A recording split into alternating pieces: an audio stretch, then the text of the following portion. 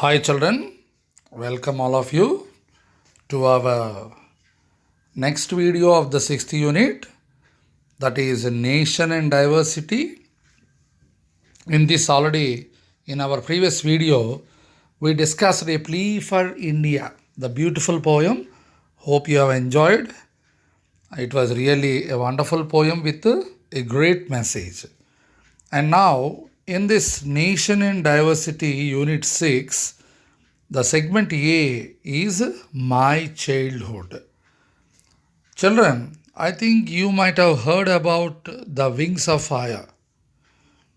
It was written by Bharat Ratna, our former President of India, Dr. APJ Abdul Kalam sir. And this My Childhood is an extract from The Wings of Fire. Extract means a copy, a brief copy, not exactly the total what is there in the book, like the main points it was taken and given to you in the form of a lesson. And the main points in the childhood of Abdul Kalam sir described by his very own self. So we can say it as a autobiography. And before going into that, you see trigger sheet once again. Already I showed it in our previous video when we were discussing a plea for India. You see, Nana, the sadhu is happily batting and one Muslim guy is wicket keeping.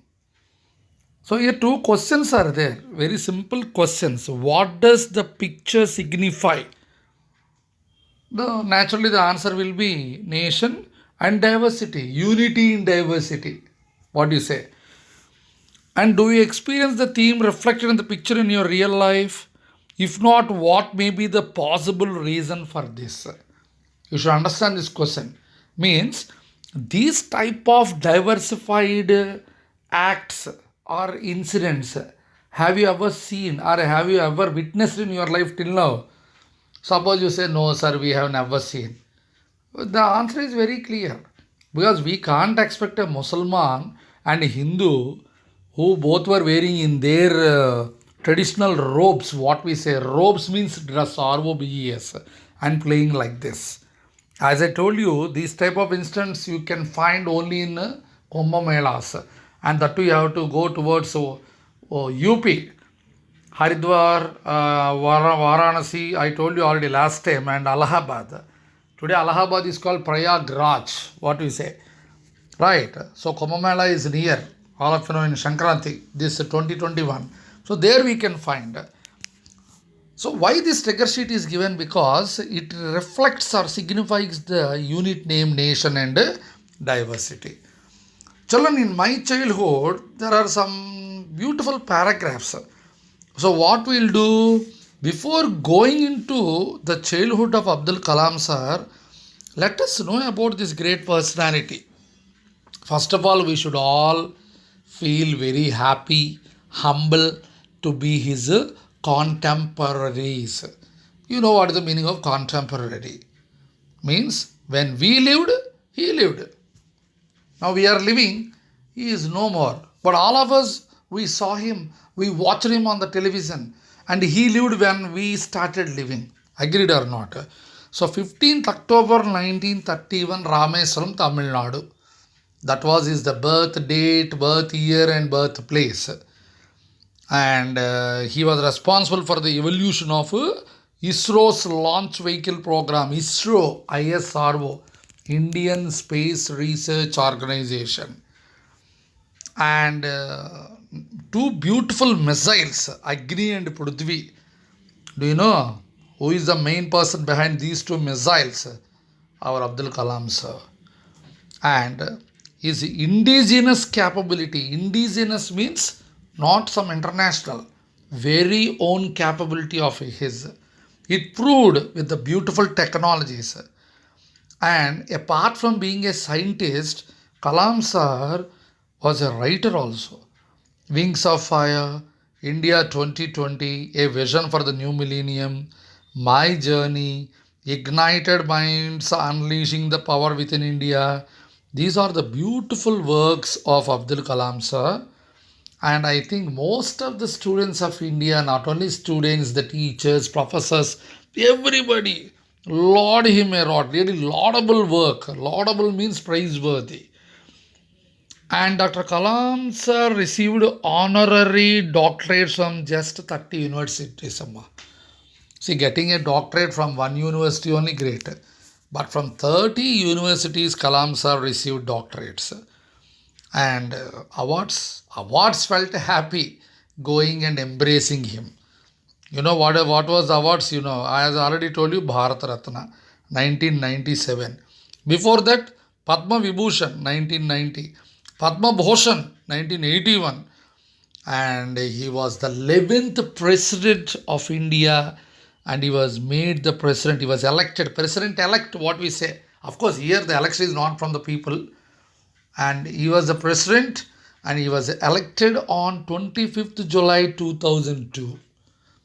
The first ever scientist president, not only the teacher president. Of course, Radhakrishnan sir is there, but you must know one thing here. Abdul Kalam sir is the only president on the globe, not India, who met more than 12 lakh children during his tenure. Tenure means the period of time as a president. 12 lakh, Nana. That is not given in the textbook, but it is true. Because he loved children, he loved teaching, and all of his ending is also very tragic. While he was delivering a lecture in Guwahati, if I am not wrong, IIT Guwahati, he breathed his last. How really unfortunate, Huh? Yes. So this is all about the author. To know more about him, you Google it, Amma. So, to speaking about him, I think it's very less we feel. No, it's like infinite. The man with simplicity, but with infinite knowledge. And here, in this lesson, he described his parentage, he described his childhood, he described his teachers, he described his schooling. Okay? So, very inspiring lesson, Nana. And moreover, integrity, national integrity that is there in this lesson. Why? Because he was born in a Muslim family, and that time it was a Madras state. Father was not that much educated formally and not wealthy also. All of you know, his father was a boatman, and though he was a boatman, he possessed a great innate wisdom and a true generosity of spirit. Luckily, innate spirit, okay, innate wisdom. Wisdom means the practical application of knowledge is called wisdom. Everyone say we have got great knowledge. Having knowledge is great, not great, Nana. Using the knowledge in a great way is greater than having a knowledge. Try to understand. That application of knowledge is called wisdom. And Jainulabdin, father's name of Abdul Kalam sir. Okay, father's name. Okay, Jainulabdin. And who is mother? Ashi Amma. And she was the ideal helpmate to whom? His father. And I do not recall the exact number of people she fed every day, but I'm quite certain that far more outsiders ate with us than the members of her own family. That means she fed many people, not only the family who are there. Whoever comes to her house, okay, Amma, just I'm hungry, no problem, come and sit. She used to feed them. So in one way, she is like Annapurna. What we say, no, who feed, who are hungry, we call them as Annapurna. Like that she was. And now in the second para, Kalam sir is telling about his own features. He clearly told that he was a short boy, undistinguished looks, born to tall and handsome parents. Who will write like this? So he clearly told that his parents are more handsome and beautiful when compared to him. And where they lived in an ancestral house, and which dates back to 19th century. Ancestral means from great grandfathers it's coming, that is the house. And it was a fairly large Pakka house made of limestone and brick on the Mosque Street in Rameswaram. Now here I must say something about Rameswaram. Rameswaram is in Tamil Nadu, it is an island town. Whoever visited Rameswaram, you can find one peculiarity. There the ocean, I mean the sea, you can't find waves there because it's an island, no. So there the water is like not that much deep, not that much deep. Happily you can go inside. How far you can go, no problem. Okay, very very good actually. Not that much deep. You can't find that. You can enjoy. And mask. Why mask? You know, not the mask what you are wearing. It's a mosque. MOSQUE, not MASK mask.